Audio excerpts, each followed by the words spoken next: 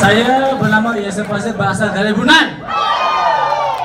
Bekas bekerja kerajaan dan sekarang sudah full time di Elkan. Baru 1 tahun di Elkan. Luar biasa kan? Okey, pertama kali saya ingin mengucapkan ribuan terima kasih kepada syarikat Elkan. Namanya syarikat Elkan adalah syarikat yang luar biasa. 21 tahun berkembang maju. Namanya sekarang meletup-letup dan akan mengarah arah ke Elkan. Luar biasa. Tidak lupa diucapkan ribuan terima kasih kepada upline saya yang sekarang berada di sini, ialah ISM Bakal DCM Nora, Bakal CCM DCM Marzuki dan Fiza,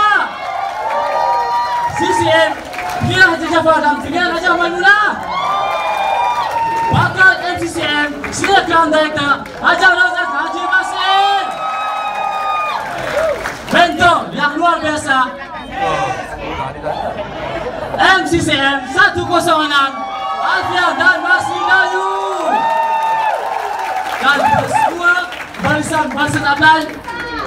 Dan tidak lupa mentor, super mentor PCM Senggok Meg dan Sultan Leg. Yang mana beliau sentiasa menyokong, mempunyai semangat angsa laut yang melahirkan 22 jutawan. Luar biasa. Dan juga tidak lupa kepada Regional Branch Head dari Brunei, Mr. Rex. Yang datang dari Brunei hanya support kita semua. Kita semua adalah semangat pasukan angsa laut, one team, one dream. Luar biasa. Okey. Jadi, mengapa saya join Elkan? Kenapa saya ikut? Senang saja. Sebab saya percaya. Dan ia adalah online. Senang. Online sekarang di mana-mana kita boleh tengok tanpa kita sedari. Betul tak? So kalau saya terlebut peluang ni, saya akan menyesal seumur hidup. Jadi siapa yang tak ambil peluang ni, pasti dia akan menyesal. Sebab tu saya ambil. Lepas tu saya buat je, tak payah banyak cakap. Ya, kata orang macam mana saya boleh close sampai lebih 600 PA? Lebih. Senang saya tak banyak tanya. Saya buat je, ikut cakap apply.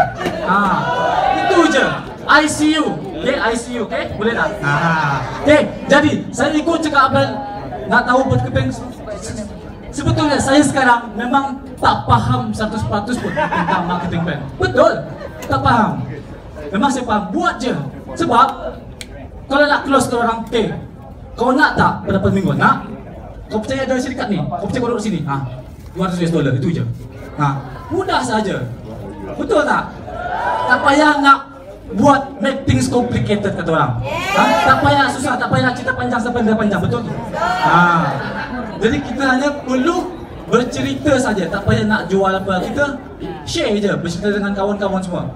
Itu je. Jadi apa yang saya target sebelum first week ni, saya sekarang dah close lebih 600 PA. Dah close sekarang dah, mungkin 600 ke 800 PA. Sebab terlalu ramai. Jadi saya nak target sebelum 27 hari bulan Mei ni, saya nak hit 1,700 pack. Sekurang-kurangnya saya nak hit nak jadi star count. 1334, 1334, satu kaki. Lebihlah, bukan 2,700, fahamkan saya ya. Itulah yang saya nak. Jadi saya nak punya maklumat dan nak cerita semua buat ni. Saya sekarang duduk kat KL. Saya nak cerita peluang ni dekat siapa-siapa je. Jadi itulah yang saya nak. Jadi itu saja perkongsian pada pagi malam ini. Jumpa anda di puncak kesihatan dan kejayaan Elkan.